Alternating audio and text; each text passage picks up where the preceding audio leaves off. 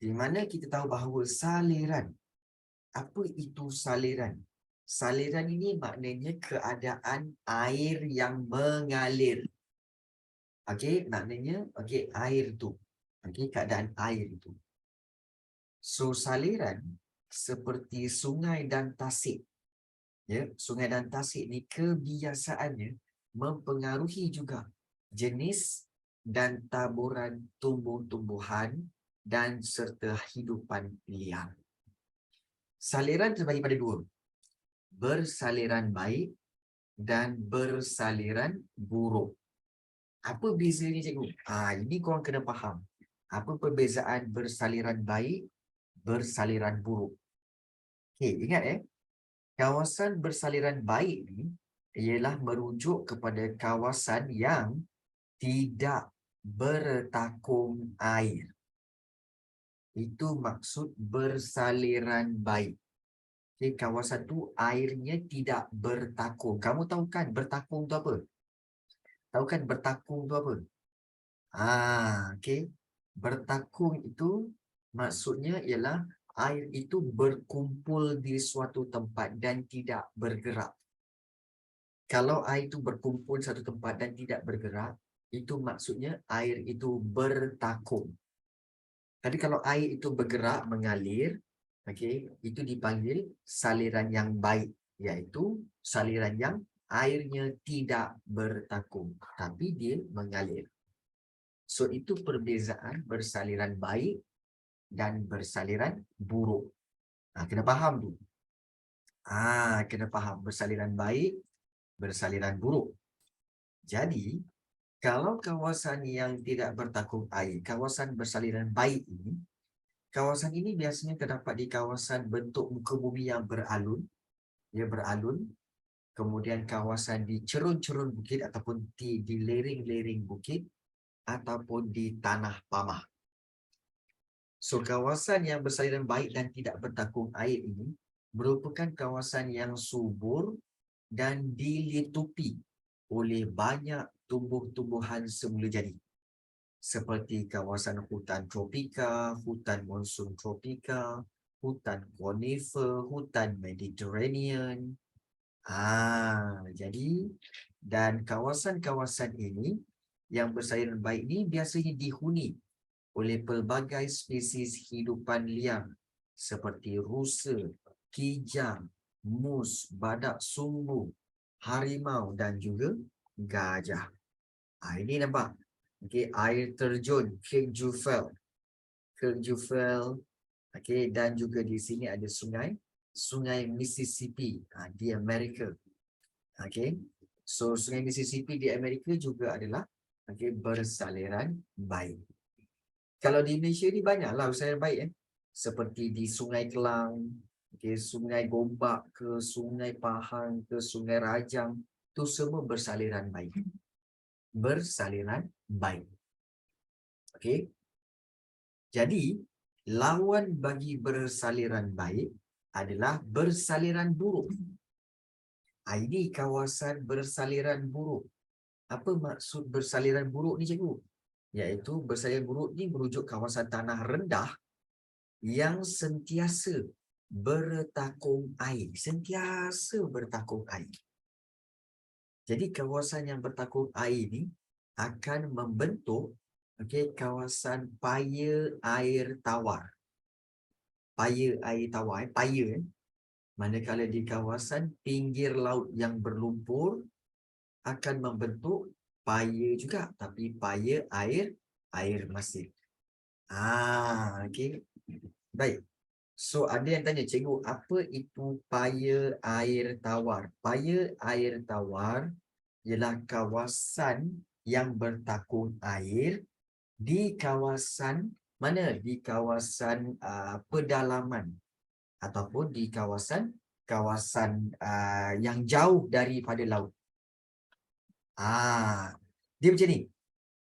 Dia kalau kita ni bincangkan tentang geografi ni, pastinya kita kena tengok kepada keadaan sebenar. Macam mana rupa rupa paya air tawar ini. So mahu tak mahu cikgu perlu tunjukkan, betul? Cikgu perlu tunjukkan macam mana rupa bentuk paya air tawar. Kita tak perlu pergi jauh-jauh. Kita boleh tengok di Malaysia. Okey, di Malaysia ni ada cikgu paya air tawar? Ada. Okey, ada. Jadi kita akan tengok paya air tawar yang terdapat di Malaysia. Okey, boleh? So kita pergi tengok Kita pergi tengok Baik. Paya air tawar di Malaysia. Okey. Ini di Malaysia. Kalau kamu lihat, okey, paya air tawar kat mana cikgu? Okey, paya air tawar yang terkenal kebiasaannya terletak di okey, dua tempat yang terkenal iaitu Tasik Bera dan Tasik Chini. Tasik Bera dan juga Tasik Chini. Kat mana Tasik Bera dan Tasik Chini? Okey, kalau kita lihat di sini, okey, ada satu kawasan di sini.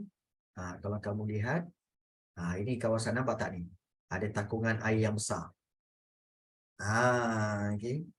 So kalau kamu lihat ini takungan air yang besar ini, okey, apakah nama tempat ini cikgu? Okey. Ini kalau ikutkan inilah dipanggil Tasik. Kalau tak silap cikgu, ini Tasik Bera. Okey. Okey, iaitu Tasik Bera kat sini.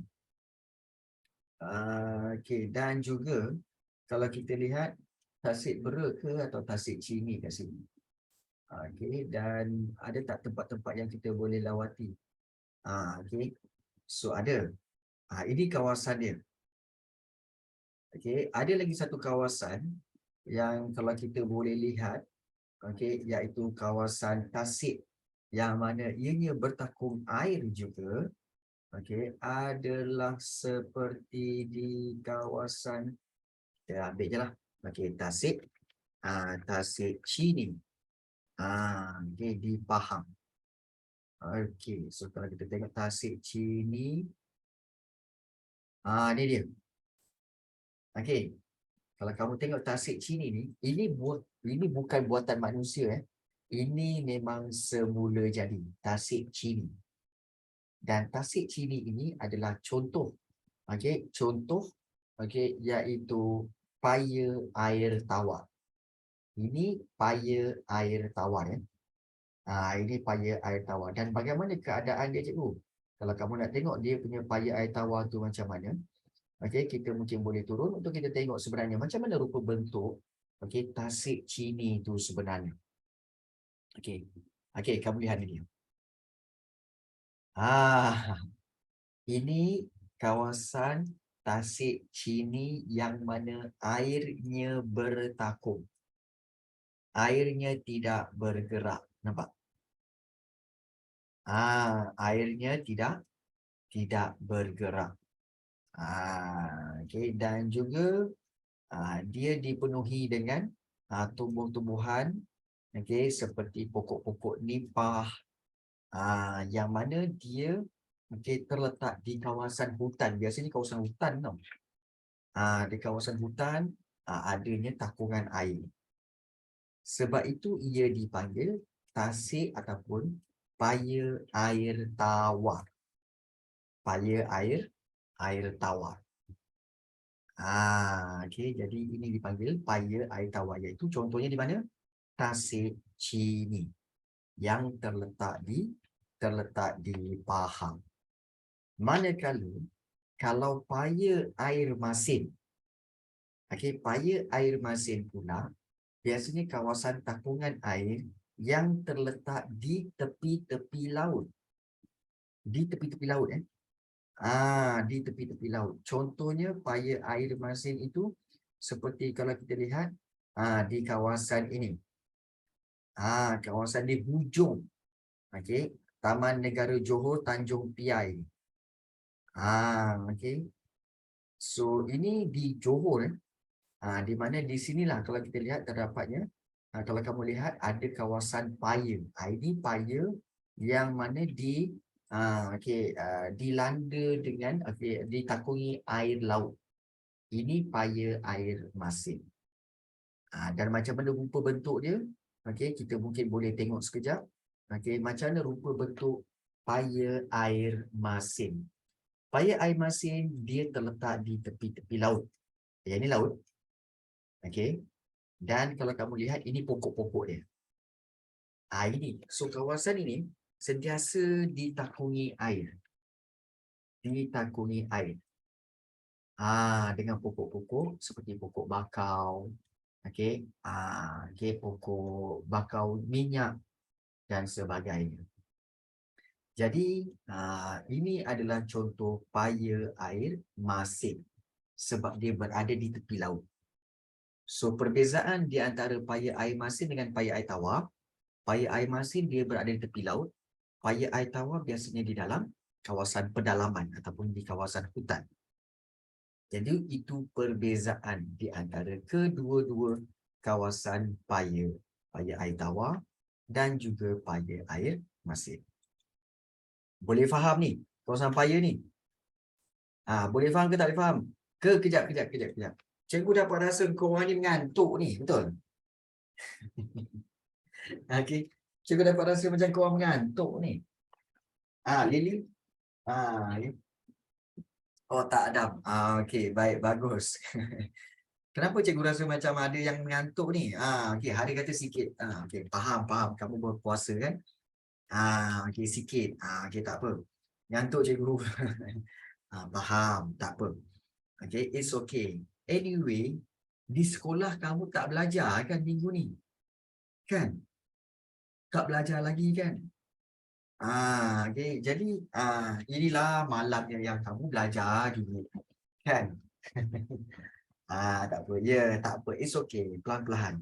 Kalau ada sebarang pertanyaan, boleh tulis dalam Zoom chat untuk bertanya ya. Jangan malu-malu. Okay? Jangan malu-malu. So, ini kawasan yang bersaliran buruk.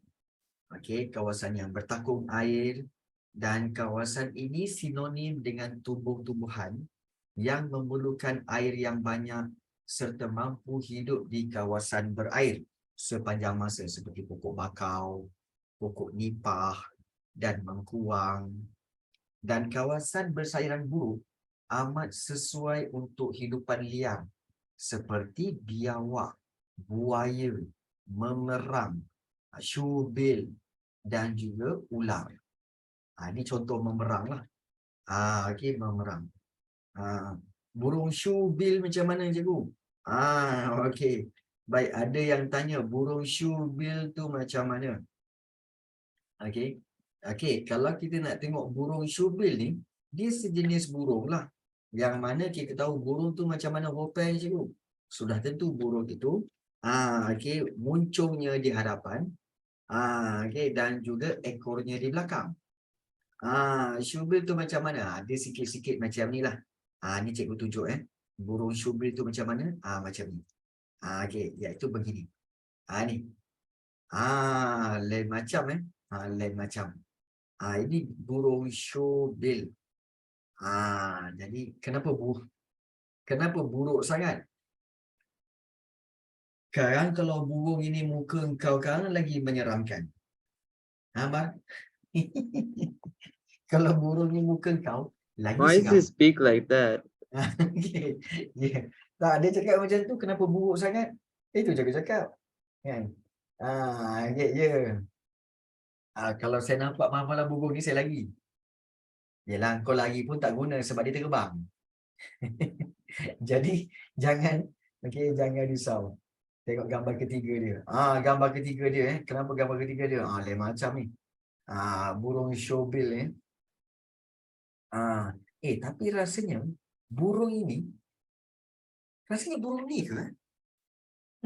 Burung ni yang ada keluar dalam filem Finding Nemo tu. Kan? Dalam filem Finding Nemo. Yang ada burung Finding Nemo masa dalam filem Finding. Bukan, bukan tu. Bukan dalam filem Finding Nemo ada burung tu kan? Itu pelikan. Ya, itu pelikan. Tapi muka macam lebih kurang je. Seagull kan? Ya. Okey. Macam-macam korang ni kan. Keluarga yang sama. Okey. So seagull dengan syubil ni lebih kurang lah. Dia cousin belah mak lah. Cousin belah mak. Okey, faham. Faham? Cousin belah mak. Okey, baik, faham. Boleh. Cousin belah mak. Boleh gitu. Okey, baik. Kita tadi tengok, okey, iaitu kawasan-kawasan hutan paya air masin yang banyak terdapat di Malaysia. Okey, iaitu seperti Tasik Bera, Delta Rajang, okey, Meludam, okey, dan kalau hutan paya masin, Teluk Lahad Datu, Teluk Merudu, Kuala Gula. Okey, tapi bagaimana dengan negara-negara lain? Seperti di Brazil ni, Pantanal Mato Grosses. Dan juga kalau paya air masin ada Pulau São Vicente atau Teluk Santos. Di Australia ada Barman Forest dan Kakadu National Park, Northern Territory. Dan hutan paya air masin Daintree River, Darwin Shore. So ini adalah contoh-contoh yang terdapat di seluruh dunia tentang hutan paya air tawar dan hutan paya air masin. Rasanya tak perlu pergi ikut sebab lebih kurang sama aja. Dia lebih kurang sama je. Lebih kurang sama hutan paya air masin dan juga hutan paya air tawar. Maknanya berbeza hutan, okey, jenis hutan paya, berbezalah binatang dan tumbuh-tumbuhannya. Begitu juga kalau kita tengok jenis tanah. Ini tanah ni macam-macam tanah kau. Rupanya tanah ni sebenarnya banyak jenis. Banyak jenis. Dan tanah ni sebenarnya spesifik. Sebab hari tu ada orang tanya, cikgu, apa beza tanah dan tanah? Tanah umum. Ya, semua tanah adalah umum. Tapi bila ada tanah laterit, tanah Chernozem, tanah Terra Rosa, so itu dipanggil tanah, jenis-jenis tanah. Tapi umumnya semua itu tanah. Itu kamu kena faham. Umumnya tanah, tapi jenis-jenisnya dipanggil tanah. Jadi, antara tanah yang wujud, okey, iaitu apa itu tanah sebenarnya? Tanah ni sebenarnya ialah lapisan paling atas di permukaan bumi yang terhasil daripada dua bahan, iaitu bahan organik dan bahan bukan organik. Bahan organik ni maksudnya adalah bahan daripada proses perebutan sisa-sisa tumbuhan, bangkai haiwan yang beratus tahun, beribu tahun. Itu organik. Kalau yang bukan organik, terhasil daripada proses pemecahan batu. Okey, batu-batu yang besar dulu, batu granit dan sebagainya, dia pecah sedikit demi sedikit akibat tindakan luluh hawa. Luluh hawa ni maknanya hakisan angin, hakisan cuaca, iklim dan sebagainya. So, setiap bahan yang mengalami proses perebutan dan pemecahan akan membentuk nutrien tanah yang subur dalam bentuk humus dan juga garam galian. Komposisi bahan inilah menentukan kesuburan tanah serta kesesuaiannya dengan tumbuh-tumbuhan. Sebagai contoh, tanah Chernozem. Ini tanah yang pertama yang kamu belajar hari ini. Tanah Chernozem di kawasan padang rumput hawa sederhana. Tanah Chernozem ni tanah hitam yang terdapat di kawasan padang rumput yang mengalami iklim steppe. Iklim steppe ni sebenarnya di bahagian dekat-dekat dengan kawasan Siberia, Rusia. Okey, kawasan-kawasan itu. Dan tanah ini sesuai untuk pertumbuhan rumput-rumput, bunga-bungaan, tumbuh-tumbuhan. Dan pada musim sejuk, tanah akan membeku, menyebabkan rumput-rumput di kawasan steppe ini mempunyai akar yang pendek. Contohnya, big blue stem grass, buffalo grass, deep blue stem grass, switch grass, feather grass, fringe sagebrush.